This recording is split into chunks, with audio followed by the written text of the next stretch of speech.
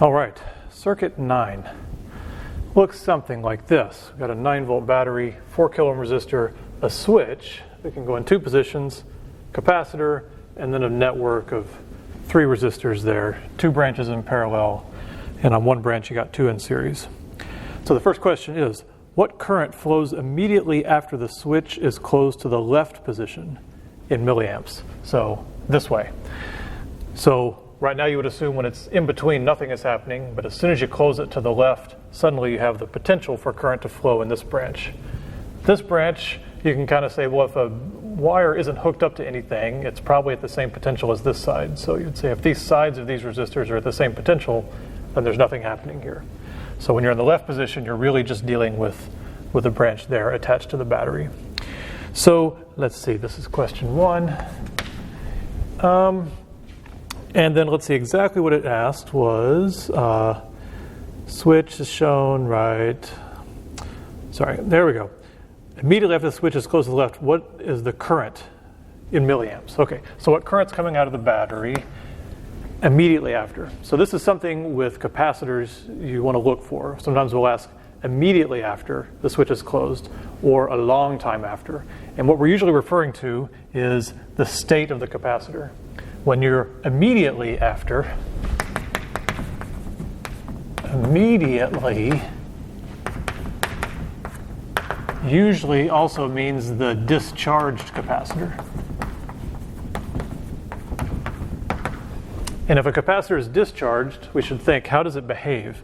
Well, it's discharged, current flows onto it freely, and it has no potential drop across it yet because it's discharged. So immediately after, discharged capacitor basically means the capacitor equals a wire. At the very beginning, you can just think of it as a wire because current flows, no delta V, it's like it's not even there. So if we do that, then this is pretty straightforward. We just have a loop where we have a 9-volt battery on a 4 kilo ohm resistor. So the only really trick on this one is to know what we mean by immediately after. So Ohm's law, 9 volts equals whatever current you're looking for times 4 kilo ohms. I really degraded on my ability to write nicely on the board in this brief time we've been apart. So if you solve that, you get that the current for the first part is 2.25 milliohms, or milliamps, sorry. 2.25 milliamps flows immediately after. Another question we could have asked is, what is the current that flows a long time after it's been closed? In that case, long time basically means a charged capacitor. And a charged capacitor acts like a broken wire or an open circuit, because a charged capacitor has all the charge it's going to get for that potential, and it's not going to accept any more current. So if no current can flow, you can basically think of it as not even there. 2 wires are like a capacitor with a really low capacitance. Right? So anyway, we didn't ask that this time, but in the future we could ask that. So that's what immediately and long time after usually mean in a problem. Let's now look at the second question here. Second question is, let's see, the switch remaining in the left position, how much time does it take for the capacitor to reach 90% of its maximum charge in seconds? Right, maximum meaning if it was there forever. So this is really just an RC charging circuit.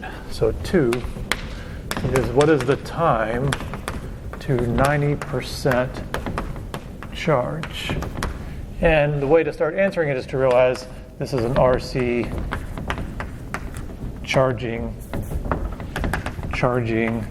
circuit, and we've worked out all the math for a circuit that's charging, an RC charging circuit. It means you start with some initial charge 0 and it builds up, and the equation that describes that over time is Q equals Q naught 1 minus E to the minus T over RC. That's when we sort of applied Kirchhoff's loop rule and set up a differential equation, and we solved it. We did all that work to learn that that's how charge builds up on a capacitor. And in this case, the RC are the ones that are actually in the loop. So it's just this R and just that C. But the question is, how long does it take to get to 90% charge? So you'll also see these a lot. How long does it take to lose half the charge, or to build up 1 over e of the charge, or whatever? And the way you do it, you just say, if this is the charge as a function of time, and that's the maximum, you just say, how long does it take to get to 0.9 of the maximum? And now sometimes when I do this, I like to write a little t star here to indicate that that's no longer an independent variable. We're now solving for a specific time. And you realize why you don't need to know the maximum charge is because it's going to cancel out. So you're really just saying 0.9 equals 1 minus e to the minus t over rc. So you could flip it around. You could bring this over here and bring this 0.9 over there, and you get e to the minus t over rc is 0.1, like that. And then you take the natural log of both sides, and this becomes minus t, this time star, t star, over rc is the natural log of 0.1, which is minus 2.33, like that. And then you plug in your values of, what is it? So the minuses go away, that's good. You don't want your time to come out negative. And you get that t star is 2.3 times rc, where r is 4,000. If we put it in ohms, and c is 33 micro, so what would that be? 0.000033. Multiply all that out, and you get 0.306 seconds. So that's how long it takes it to almost completely charge up, 90% charged up. All right, so that's a little RC problem. And now you're probably wondering why the rest of the circuit is there. And it's because, sure enough, we're going to switch it. So question 3, the switch is in the left position for a very long time. That means what? It got to maximum charge. It got to Q naught. The capacitor reaches maximum charge. It is then switched to the right position to discharge. How much faster did the capacitor lose 90% of its maximum charge relative to how long it took it to build up in the previous? Answer is the ratio of the discharge over the charge. Okay, so normally in these equations, if we just had a circuit and we charged it halfway and we discharged it halfway, or we charged it 90% and discharged it 90%, those would take the same amount of time, because a little RC circuit like this has a single time constant. But here, we're charging it with one RC time constant, this resistor, and we're discharging it with a different RC time constant when you flip to this way. So the way it discharges, the reason current flows at all is when you flip it, you have now a charged up capacitor. Acts like a little battery. So discharging, you take the battery out, but you have this little initial V, or charge and potential difference that has to decay away.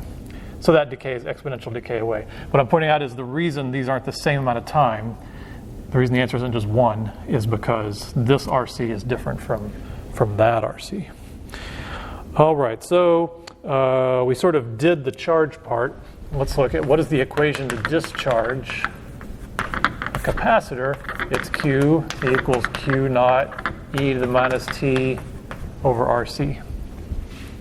And we're saying we want to lose 90% of its maximum charge, so we want to get it down to 0.1 Q naught equals Q naught e to the minus t over RC. Getting it down to 0.1. So Q naughts go away.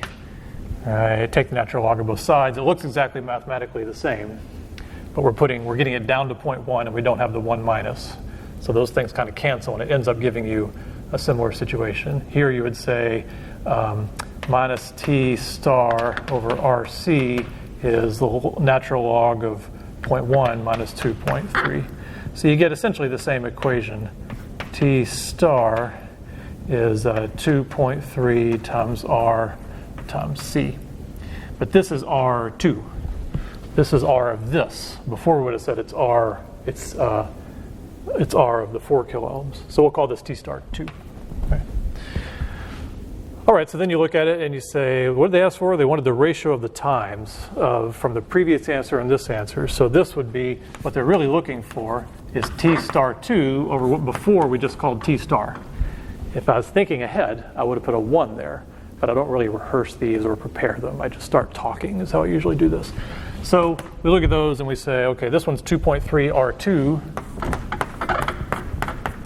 or R2 is the second branch times C. This one was the same 2.3, but it was just what I'll call R1 times the same C. Right? The only difference is the two resistors. So you can see everything cancels out. The answer is really just the ratio of these two resistors. So R1, the first one was 4 kilo ohms down here. And the resistance of this one, oh dear, it's a branch. Let's see, it's these two in parallel. So 1 over this plus 1 over this to the negative 1. So let's see, to the negative 1. And we've got 1 over this. Well, I'll add these in my head real quick. 8 plus 2, that's 10 k ohms. 1 over 10 k ohms plus 1 over, keeping it all in k ohms, 1 over 0.9 k ohms. And that's to the minus 1. And now everything's in k ohms. It'll all cancel out. We won't go through the math that painfully. It is 0.206. That's weird. The other answer was 0.306. I get 0.206. All right, so there's some complicated RC circuitry where we switch the resistor on you. Think about time dependence. Just for fun, let's think. What is the current a long time after you switch it to the right? It's 0, right? Because then this will have completely discharged, and at that point, when it's completely discharged, it acts like a wire, but the current is 0 because there's no battery. Right? So you can still think in those ways and still get the right answer, even when there's not a battery involved.